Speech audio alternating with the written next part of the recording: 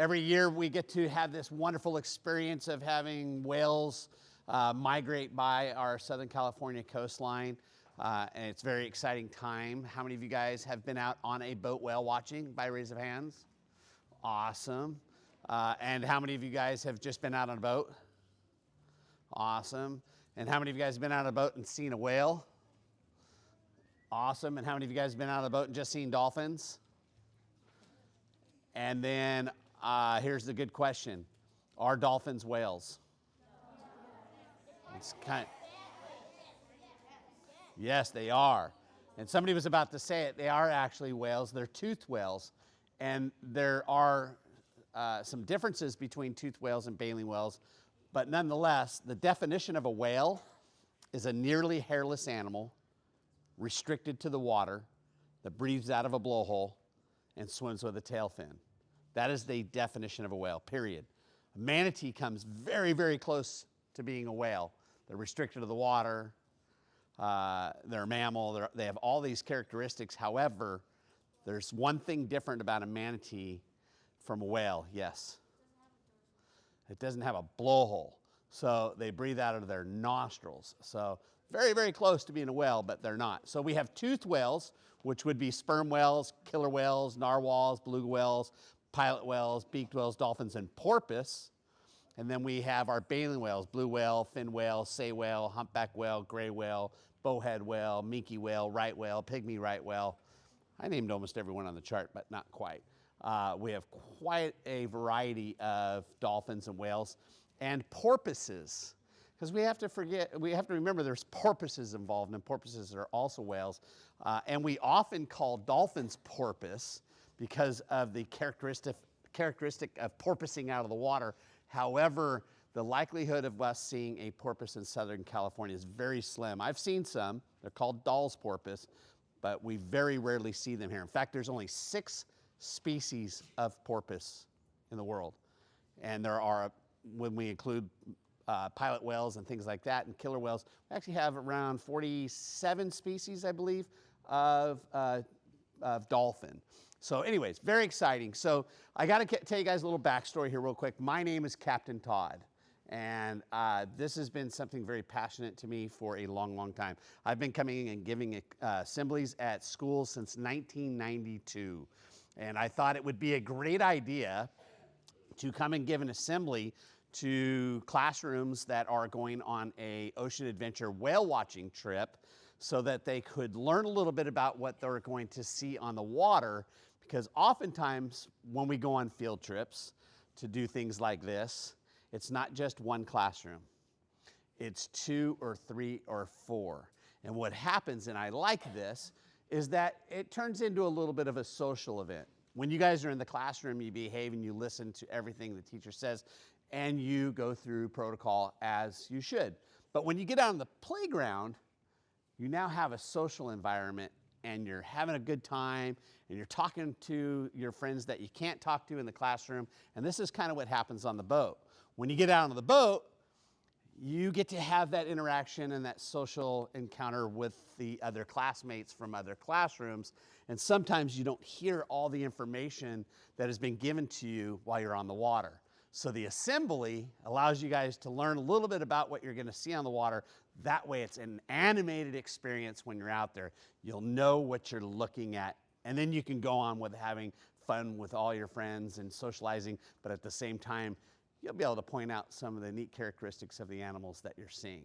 So we're going to start moving on with our presentation. So right now, we are in the beginning stages of the southbound migration for the gray whale. How many of you guys have heard of gray whales? Awesome. This doesn't mean that they just started migrating. This means that they've started arriving in Southern California.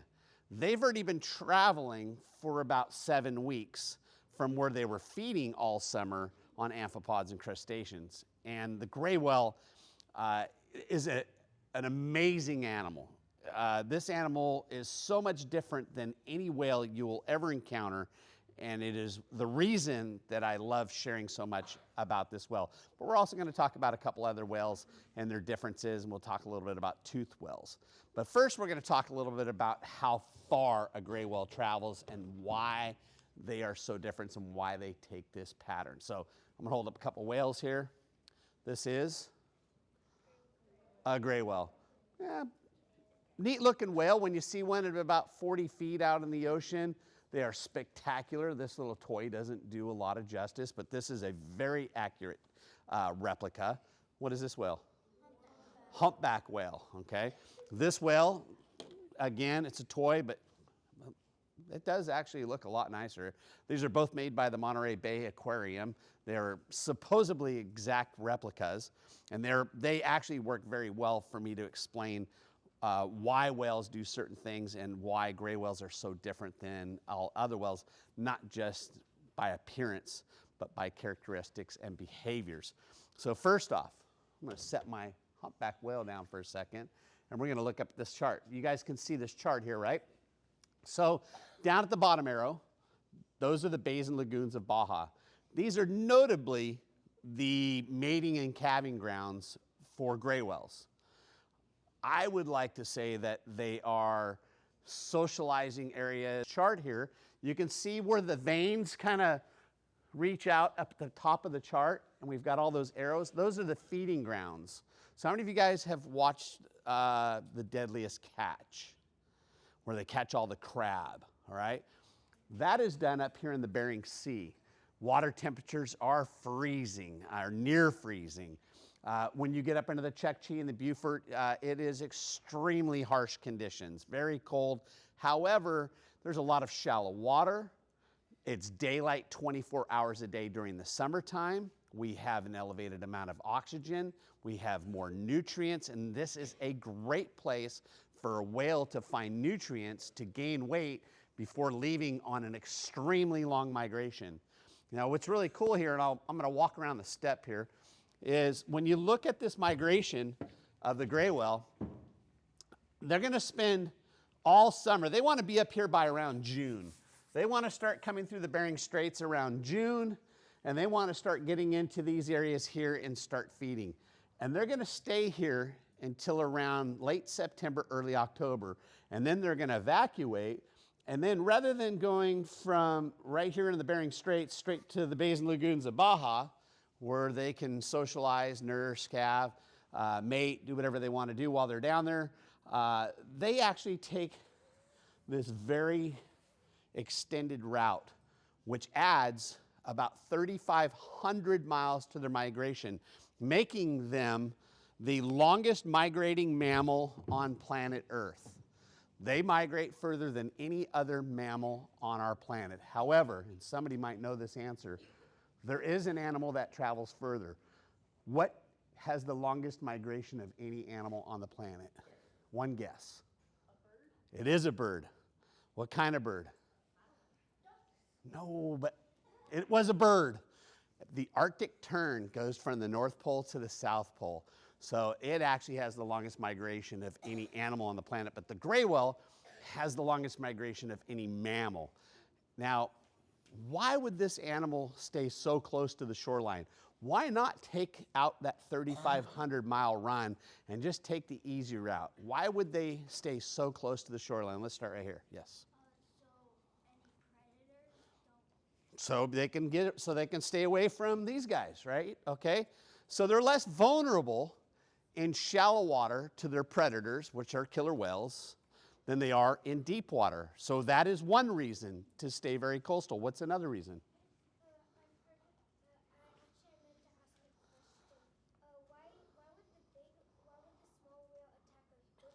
These are predators. This is a lion and this is gazelle. And this is what they eat. This is what they eat, unfortunately, as well as fish. But let's move on. Why else would they stay so close to the shoreline? Yes?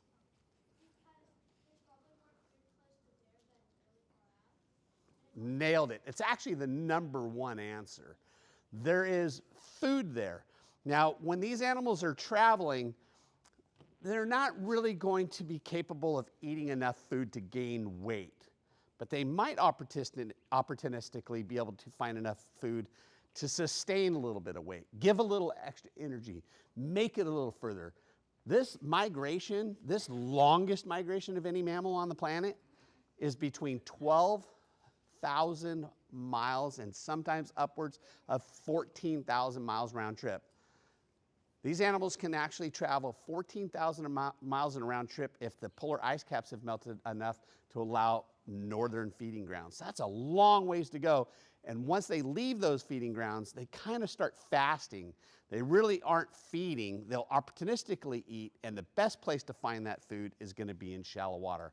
Okay, there's one more answer. Let's see if we can get it. One more reason why they would stay so close to shore.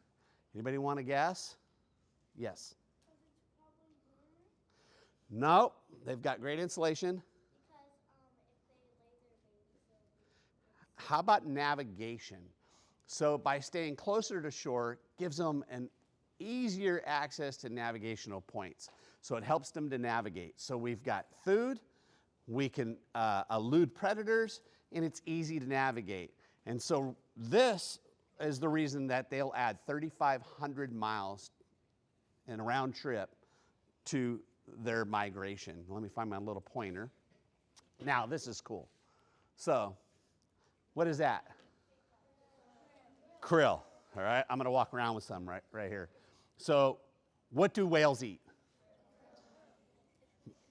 Almost everything that swims in the ocean at some point eats krill. And yes, they do eat krill. I'm going to walk around with some krill. And by the way, guys, these are not alive. These are preserved. Can you guys see these okay? Yeah. This is what actual krill looks like. And what you're seeing up on the screen is maybe 25 pounds of krill. It's not that much. It looks like a lot, but it's not very much krill because of how small these little shrimp-like plankton are. It takes a lot to make a meal. Can you guys see these?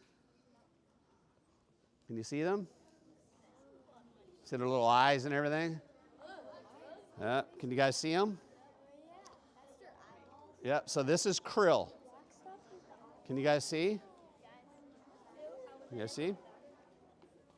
Everybody see? And I'll walk over there. So this is krill, and here's the cool thing about krill, you guys. Listen up. Krill is the most abundant nutrient on planet Earth. There is more krill on Earth than there is rice. This is the number one most abundant nutrient on planet Earth. So yes, it's very likely that anything that swims at some point or another will have the opportunity to eat some krill. This guy right here, even though he does eat a little bit, this little whale right here isn't very efficient at eating krill. It doesn't really have the design for it. This whale, on the other hand, really, really good at eating krill. All right? They both are roughly the same length. If you saw them in the wild and you saw two adult large females, females get larger than the males, they would be roughly the same size to the human eye. However, this one here, the humpback whale, is capable of feeding on upper and middle water column krill much easier than the gray whale. Now, how many of you guys have swam in a swimming pool? Pretty much everybody. So the backyard swimming pool has, on average, 15 to 25,000 gallons of water in it. That's a lot of water.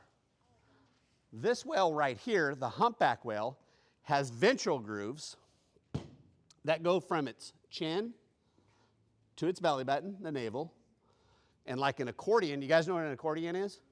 The musical instrument that everybody just loves to hear. It's an acquired taste. These grooves, which are like an accordion, are called ventral grooves because the bottom of the whale is called the ventral.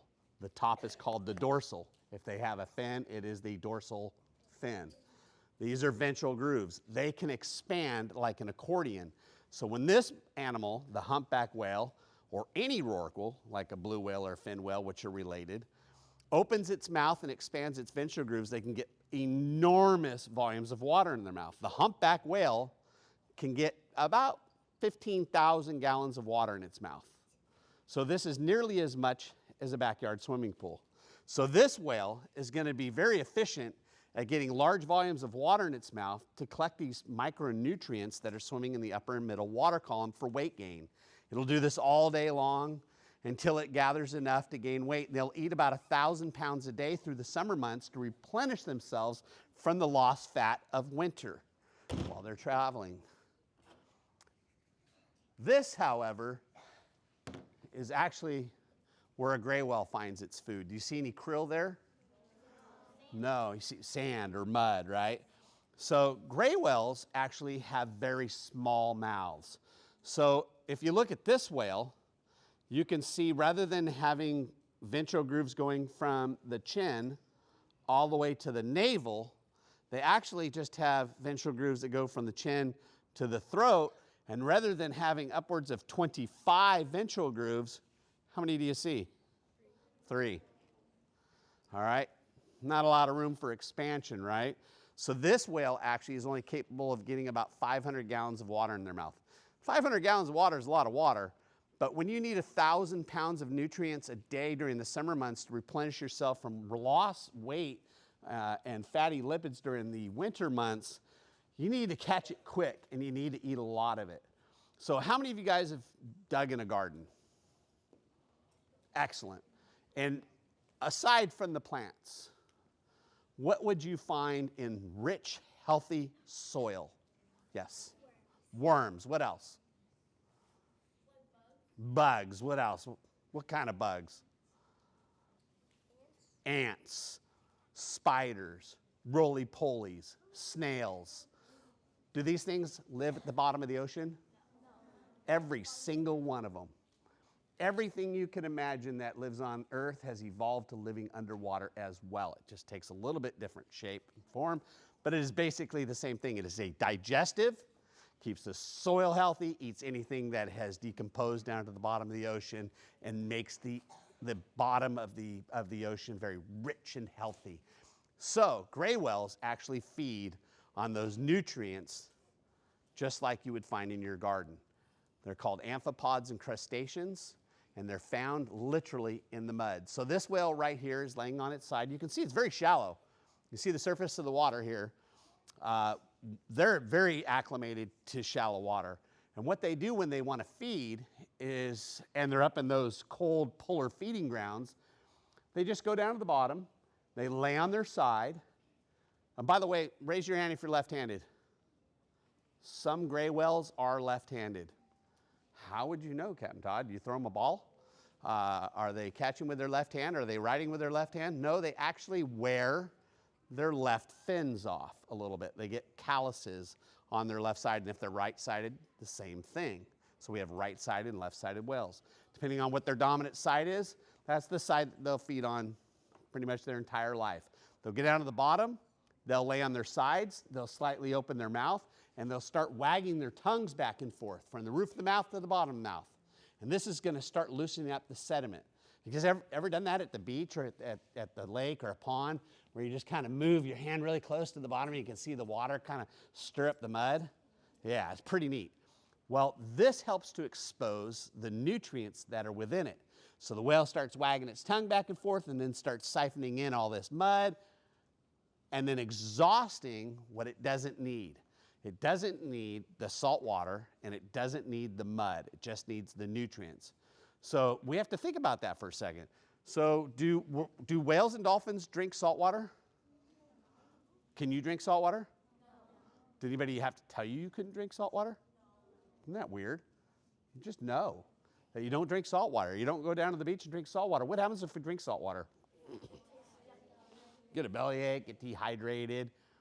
So if you couldn't go to get a glass of water, if you could not hydrate from drinking out of a faucet or a water bottle, or whatever you like, and you're a whale, where would you find your water? Yes. From the food you eat. Yes, because what are you guys made of? Water. You're made of water. Yeah, you guys are like, at this point in your life, you're about 75 to 80% water. I'm starting to lose that. Well, I can gain water, but I'm not supposed to. So anyways, they're exhausting the water. And they're exhausting the mud through a filter system called baleen. Baleen is made of keratin. Do we have keratin on our bodies? Yes. What do we have on our body that is made of keratin? Hair. No, I didn't get much there. I got more hair. Kind of like Jack Black these days, right? Yeah. Or our fingernails, okay? So you can actually hear this. Fingernails, hair, right? So this is keratin. And there's about 140, 180 pleats of these that are connected like a honeycomb that line the entire upper jaw of baleen whales. So when they have water in their mouth, with the nutrients gurgling around, they can then exhaust all of that water or mud and sediment through this filter system of these pleats of baleen and collect the nutrients on the backside. Once all the water and or mud is exhausted, they'll use their tongue, swipe it to the back of their throat, and swallow it. It's pretty amazing. And they have very small throats. Actually, when they're feeding, while they have all that in their mouth, before they start to swallow, their throats are actually closed. So that'll eliminate them from having any salt water enter their digestive system. So these are amphipods. So these are kind of your roly-polies, your centipedes. These are those little bugs that you would see with hinging shells. These are going to be found quite abundantly in the sediment at the bottom of the ocean. This is a pile of brittle stars and some tube worms. I think any whale that pulled up and saw a pile of brittle stars like this would probably just be going, yeah. It's not very often that would happen, but it just gives you an idea of some of the things they eat. They do eat a lot of brittle stars, little starfish. We could say that maybe those are kind of like the spiders, and the crabs are kind of like the spiders. And again, like I said, the animal doesn't have a large throat. It doesn't have this enormous throat, so it cannot go swimming around Alaska looking for giant halibut to eat rather than finding micronutrients, because it would not be able to swallow them. It has to keep that nutrient level pretty small in order to be able to digest or get it down the throat. It does eat some small crabs. Now, it's going to feed 24 hours a day, 7 days a week, all through the summer months. They're going to gain upwards of about 30,000 pounds if they're a gestating, pregnant female, and then they're going to say goodbye to all the food. They're going to evacuate. They're going to leave where the food is and swim roughly 7,000 miles in another direction. Why would they do that? Why are they leaving? Why are they leaving the food? All the food's up there. Why are we leaving? Let's get somebody new. Somebody new. In the back. The temperature is going to change. What is going to happen to the temperature in the Bering Sea? It's going to freeze, yes. So this is on Netflix right now. You guys can watch this. It's back on. This is The Great Miracle. This came out well before you were born. It's a true story. It's a great movie to watch.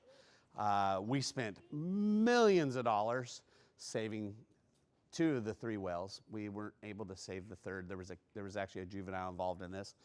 But the story is fantastic.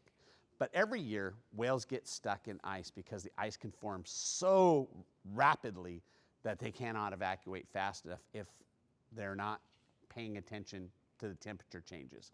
So on average, where gray whales are feeding during the summer months, and this is summer, here we want to see it 75, 76, 77. That's nice, toasty beach water in Southern California. These guys, toasty beach water for them when they're feeding up in the Bering Sea in the summertime is 39. That's toasty water for them. That's nice and warm. Get out the sunscreen and let's get going. And they know, and by the way, if you guys have ever seen this, this is really neat. How many of you guys have seen a horse? A lot of it, right? Okay. Did you guys know that a horse, which weighs roughly 1,200 pounds, can feel a fly land on its back? They can feel a fly land on their back. This enormous animal can feel a fly land on its back. And I've touched many of whales. And they're very, very sensitive to touch. And I think one of the reasons why this is so important is that they're also sensitive to temperature. So these animals can tell, even though they have blubber on their body, to do what? What does the blubber do? Yes, keep them warm. They still can suffer hypothermia if the water gets too cold. So these animals can sense when the water temperature starts to change. So as the water temperature drops from about 39 to 36 degrees, they start making their way south and get ready for the evacuation. Because what happens when water hits 32? It freezes. And these animals need to be bon voyage, on their way, heading to the bays and lagoons of Baja, going down towards the Southern California coastline so many wonderful students can go out in the water and see them, because when you see them, you want to protect them. So that's one of the main reasons why we love eco tours, because it takes them from being out of sight and out of mind to something that we see and want to take care of and want to protect. So yes, these animals are going to evacuate from the cold waters. Whoops, went too far. Once they start to migrate, gray whales get on a very economic swimming pattern. So how many of you guys have seen a whale? How many of you guys have just seen this right here? This is just a regular breathing pattern. This is an animal coming up and taking a breath of air, swimming along, submerging for a minute, coming back up, taking a breath of air, doing that 3 times, maybe 4 times, and then disappearing for about 3 to 5 minutes and coming up and doing it all over again. Well, this is magic. This is evolution 101. This is incredible that this animal is capable of doing this. And I have some theories in this. I haven't published them, but I should, but I'll explain some of the theories that I have and how they're capable of doing all of this. So first of all, if this is what you get to see, if you guys come out on your trip and you get to see a whale come up and just breathe on the surface, you have seen one of nature's wonders. This is unbelievable. You may not see one breach. You may not see one show its tail. You may not see one spy hop or do anything that looks like it should be at SeaWorld. But if you get to just see this alone, you've seen something so amazing that you should be just absolutely ecstatic that you got to be out there with these animals and in their presence. So what you're seeing right here is a regular breathing pattern. They're coming up to the surface after a dive, and they're exhausting their lungs. And as they do that, we see a vapor plume. So when we see a spout, is there water coming out of their lungs? Are they exhaling water when we see the spout? In Finding Nemo, when Dory and Marlin were swallowed and the whale swam to Sydney, Australia and blew them out the blowhole, could that have happened? No, they would have been what? Food. And there is absolutely zero water coming out of their lungs. Can you guys breathe water? You're a mammal. So when you come up to the surface, you cannot have water in your lungs and exhaust it and give us this vapor plume. What's actually happening, and you can see the vapor plume over here off to the right, is these animals are so efficient at breathing that when they come up to the surface, my hand being the surface, and they've been on a dive, when they get to about 12 inches below the surface, they start to exhaust the lungs. So any water between the surface and the top of the blowhole is going to emit into the air, giving you the illusion that this animal is somehow capable of breathing water. It is exhausting water out of its lungs. But this is just efficiency. This animal's lungs are enormous, and the air leaving their lungs as they exhaust them is leaving it at about 80 miles an hour. So you get this plume of water that is exposed itself looking like it came out of their lungs. But it's actually just a vapor plume, just a spout, exactly how I said. But it is really, really cool to see, especially on gray whales, because of the location of their blowholes side by side.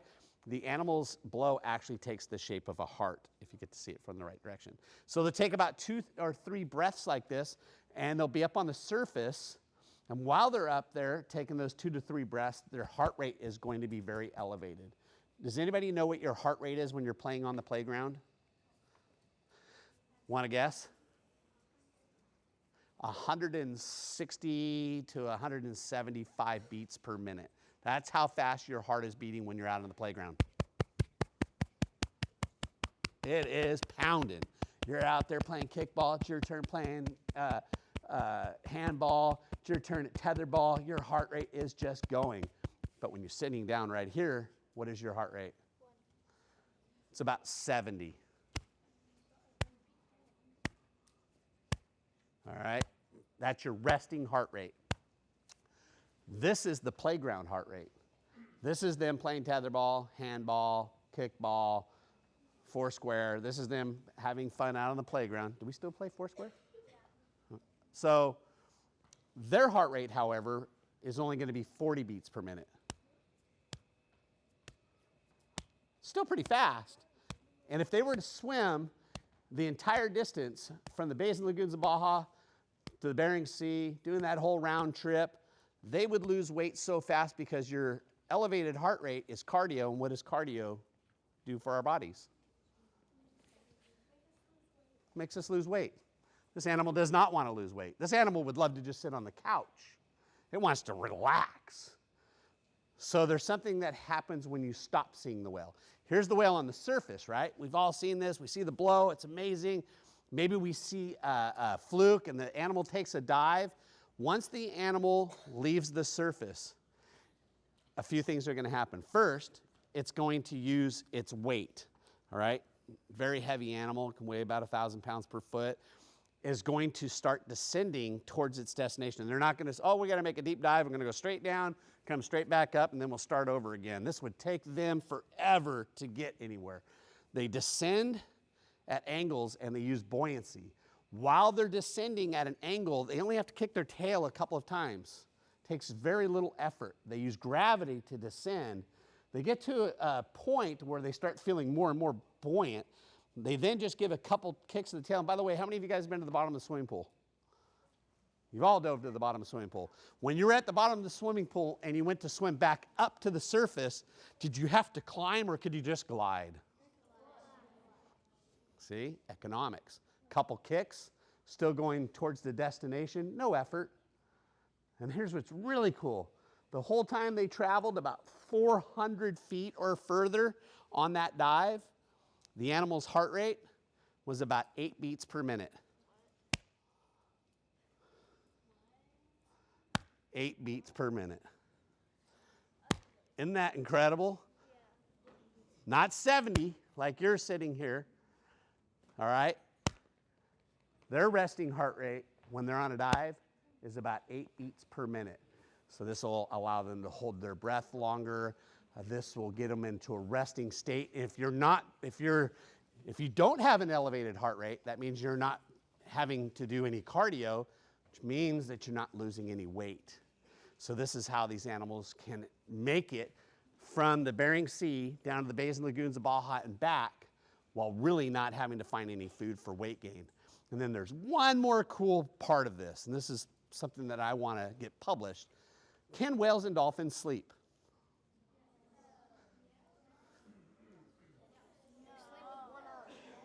One eye open, right? So whales and dolphins sleep by closing one eye, and that triggers the opposite hemisphere of the brain to shut down and recharge. Because we see everything upside down and backwards, right? So when they want to sleep, they close one eye, triggers the opposite hemisphere of the brain to shut down and recharge. Now do they just stop, wait it out, sleep for 8 hours, have their mom and dad tell them, you need to get up for school. You need to get moving. You need to get to the Bering Sea. You need to get to the Bays. Nope. They actually still have motor skills. They can actually still swim, breathe, navigate, and even wake themselves up in the event of a predator because they're ultimately sleeping with one eye open. Isn't that cool? So, in my theory, and again, this has not been published, this is Captain Todd getting a little bit analytical on this. If the animal has a resting heart rate of about 8 beats per minute, and the animal is capable of sleeping throughout most of the migration, still having the motor skills, even though it's swapping both sides, it is kind of like hibernation. So this animal is really hibernating while it's traveling. Even though it's swimming, Even though it's capable of waking itself up and it will opportunistically feed, it will spend most of the time with a lowered heart rate and resting one eye, virtually sleeping throughout almost the entire time they're traveling. It's pretty neat. Haven't got it all written down, but that's my theory on it. So moving on, before we get too carried away. The animal swims very slow. The average speed of a gray whale is about 4 miles per hour. Yep, 4 miles per hour. That's we've recorded a couple 5 mile an hour whales, very, very short periods, but it doesn't last very long. It takes a lot of energy. So 4 miles per hour is about this fast. This is how fast I'm going to go to Alaska from Baja. This is how fast I'm going to go, from Alaska or Baja back to Alaska. All right, this is it. But at 4 miles an hour, in 10 hours, how far have I gone? In 20 hours, how far have I gone? Am I covering ground? Heck yeah. I'm efficient. Swim very slow. I'm very economical. But because of this slow speed, it's going to allow a few animals or creatures to host on their body. What are these? Barnacles. There's actually some whale lice in there too.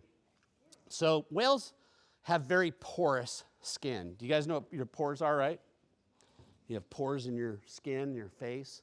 This is very porous. This is the vertebrae of a gray whale. And you can see how porous it is, all right? Whale blubber, the skin of a gray whale, especially around the facial area, much like us, has more pores than their extremities. In the lagoons where these animals go to calve and mate, these barnacles are floating around in larva form. They get caught into the pores of the gray whale. The climate of that environment is the only place on Earth that we have found this barnacle capable of gestating. Therefore, the gray whale and the barnacle that grows on it, I should say the barnacle on the gray whale, is indigenous to the gray whale. We've never found this barnacle on any other pier, piling, or boat. It only grows on gray whales. And it only stays alive because the animal swims at 4 miles an hour. If the animal swam at 6 miles an hour, the barnacle would be dead. And this is because the barnacle would not be able to eat. What is the barnacle eating? Let's get somebody new. Yes. Close. You almost nailed it. Plankton. Yes, plankton. I sometimes have to get to that, and it's always the funny part, always trying to steal the Krabby Patty formula. Plankton. But that was really close, right on. So if you guys look, let's see, my pointer doesn't really work at long distance, but I'll see if I can point it out. And it doesn't work. So you can see at the top of the barnacle, it looks like a little area, a little crease. So out of that little crease, 2 feathery hands will expose. And if the whale were swimming any faster than 4 or 4.5 miles per hour, it wouldn't be able to collect micronutrients and bring it back into its digestive system. It'd just be like flags behind them. They would come up and it wouldn't be able to catch anything. And they would starve to death and die. They'd never exist on there. The barnacles, however, they do create an environment as they colonize and grow on the gray whale for other creatures. So as they grow out of those pores, they start to grow out in these little clusters or these little colonized areas about the size of a stud diamond earring that you would get as your first earring. So they start off really small. They pop out of the skin kind of like a wart, but they grow very rapidly. Within about 12 weeks, they're the size of a quarter. So they are causing a lot of exfoliation. So if you guys look at this picture here, you can see how there's this gray to a little darker gray, almost black mottling right there where it's changed colors. It's because the skin has kind of peeled off. And now you can see these other creatures.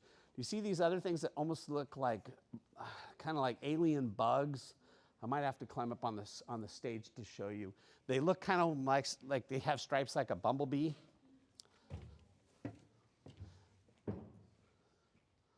So you can see them colonized in between all of the barnacles.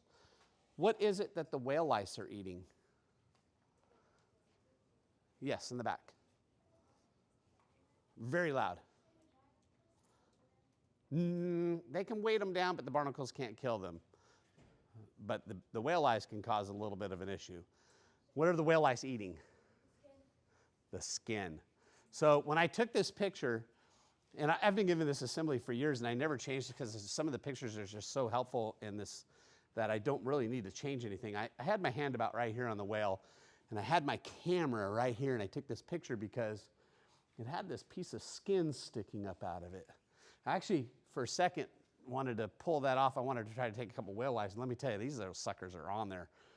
You can see how these guys are, I'm gonna get a little of that, but yes, the whale lice are eating the exfoliating skin that's coming off around the colonized barnacles. That's what they'll survive off of.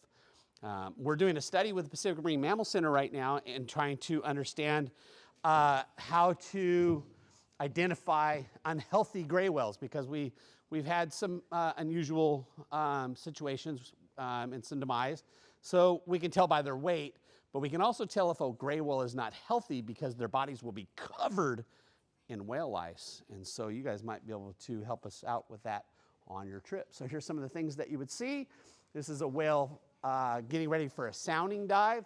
This one here has been attacked by killer whales. So you can see on the fluke, you can see those little scratch marks on the edge of the flukes. That's from being grabbed by a killer whale. So there are two flukes, your right fluke and your left fluke on a whale.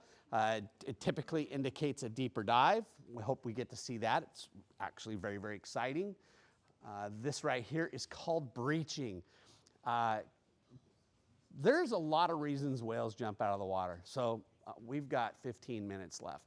How about you guys tell me, and there's not too many wrong answers. There's a couple, but raise your hand if you think you know why a whale would breach. Yes. It's almost the number one answer, playing. It's a playful characteristic, especially when they're calves and juveniles.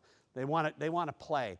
So I have to give you the explanation for that. Playing gives us a positive stimulation in the brain. So it raises our endorphins. We love to play. But you guys live in a world of gravity. Did you guys wake up this morning and go, gosh, this is some awesome gravity today? No, you don't ever think about gravity. Great gravity day, good to see you. Enjoy your gravity. No, we don't even think about it. We just feel gravity all the time. We can't just start floating away. But imagine if you lived in the ocean and you were buoyant and you never really felt that true feeling of gravity.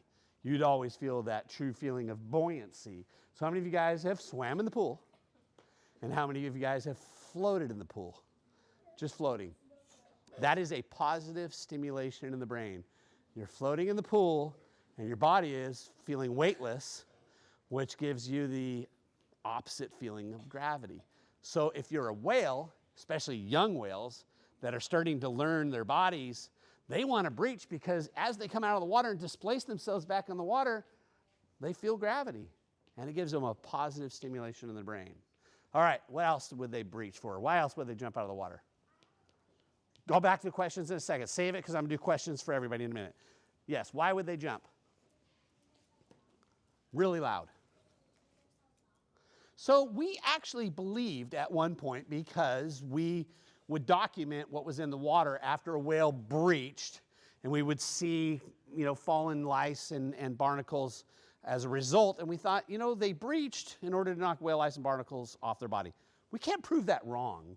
We can just say that it would be very exerting when the animal is so capable and acclimated to shallow water to just rub up on the bottom or somewhere like a bear would scratch its back on a tree in the woods.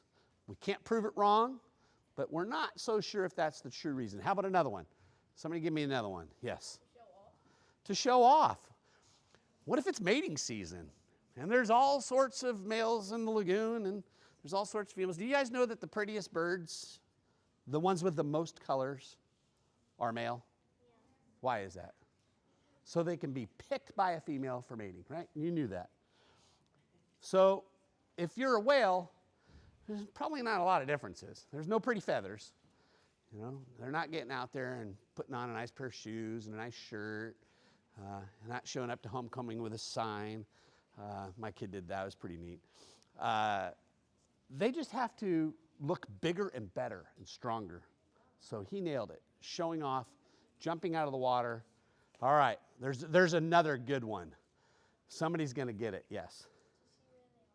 See where they are. So we actually thought this for a long time, that breaching might give them depth perception from things around them. But then we learned that gray whales are almost blind. So you know how our eyes are perfectly round? Well, the front lens of a gray whale is flat. And so by definition, scientifically, that makes them very nearsighted, you know, see about to here, you know, which is fine because they live their world mostly in very murky water. They don't need to see that well. But so that would maybe, but probably not. How about we give one more guess? Anybody else? Maybe want to give a guess on, okay, here, I'll give you a hint. We're walking in the woods and we're up in the tundra and we come across a grizzly bear. Oh, we startled the grizzly bear. What's the first thing the grizzly bear is going to do? It's going to stand up, show how big it is, right? So this could be a defense mechanism. So when there's different sounds, when there's different animals that they can't recognize because they can only see this far, but they can hear it, maybe they come out of the water and plunge back into the ocean several times to say, look how big I am, see my roar. So we have a lot of reasons why they can breach. This is called spy hopping. The definition is in the name. The best spy hopping happens in shallow water where the whale can actually stand up. And if you look at this here, you can actually see the eye is right there, just barely above the water. Can you guys see that? Yeah. That's the eye, just barely above the water. I was probably about right here when I took this picture, and he was just, or she, this is Big Mom, she was just coming up and checking us out. And you can see those ventral grooves, very few ventral grooves on the whale. Neat picture. And here we go. Now we're going to get some fun stuff because we're getting down to the nitty-gritty on time here. Gray whales are extremely friendly. In fact, the nickname of the gray whale is the friendly whale. But that wasn't always the case. Does anybody know what they used to be called? Has anybody looked into gray whales' history and know what their nickname used to be? Do any of you speak Spanish? If I said it in Spanish? Pesca diablo. Devil's fish. They were considered very, very dangerous, but only because they were being hunted. Why did we hunt whales? Yes. For their oil. It gave quality of life globally. We could use it for heating and lighting and cooking. It changed the lives of human beings globally. But was it right to harm all these whales? Probably not. We found other resources, thankfully, and we have now recovered most of the species that we were harvesting for our better good. However, during that time, when we were harvesting whales, we were harvesting gray whales mostly in the lagoons. These secluded little areas where they're pretty much landlocked, they have nowhere to go, shallow water, and during that time, if we were harvesting them, the adults would come and attack the humans, and so they were called the devil's fish.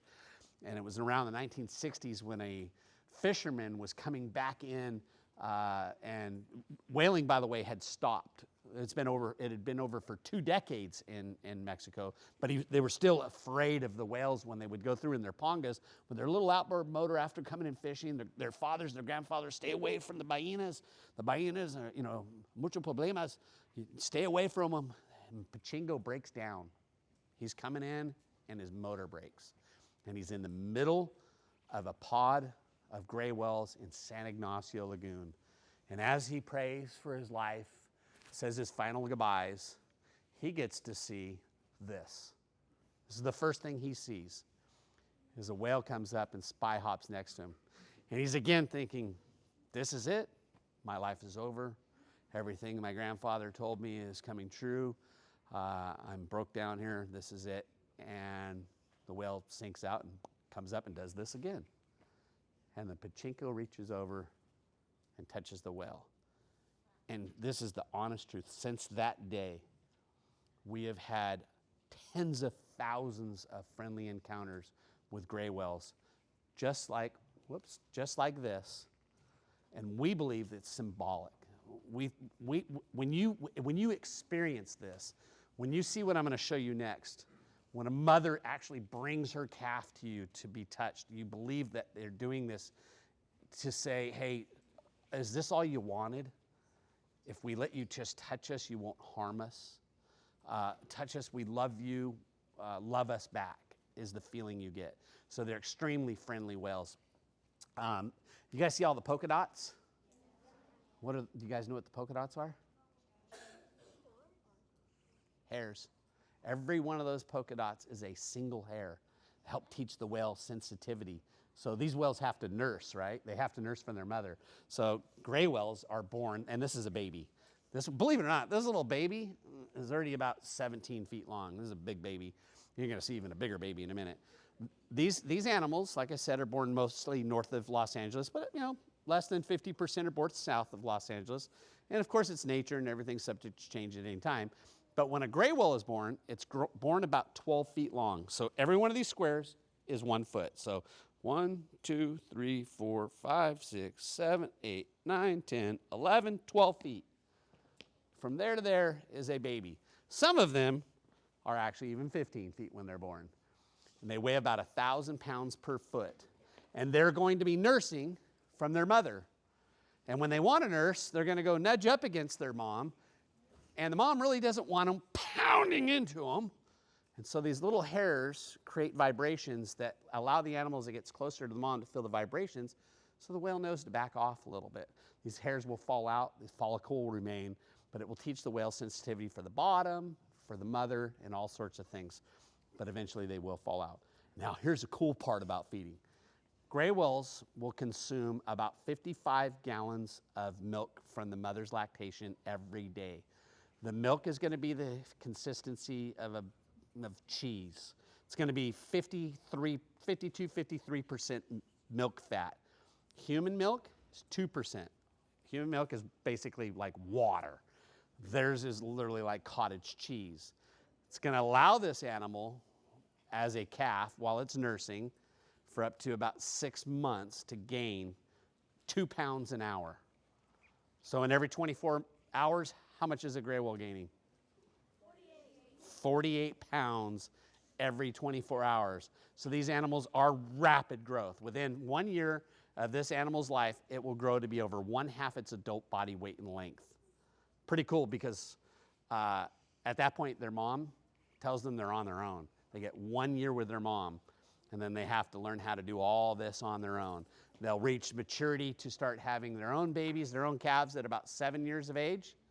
But until they reach that time, they're just kind of cruising around with the juvenile and the subadult population.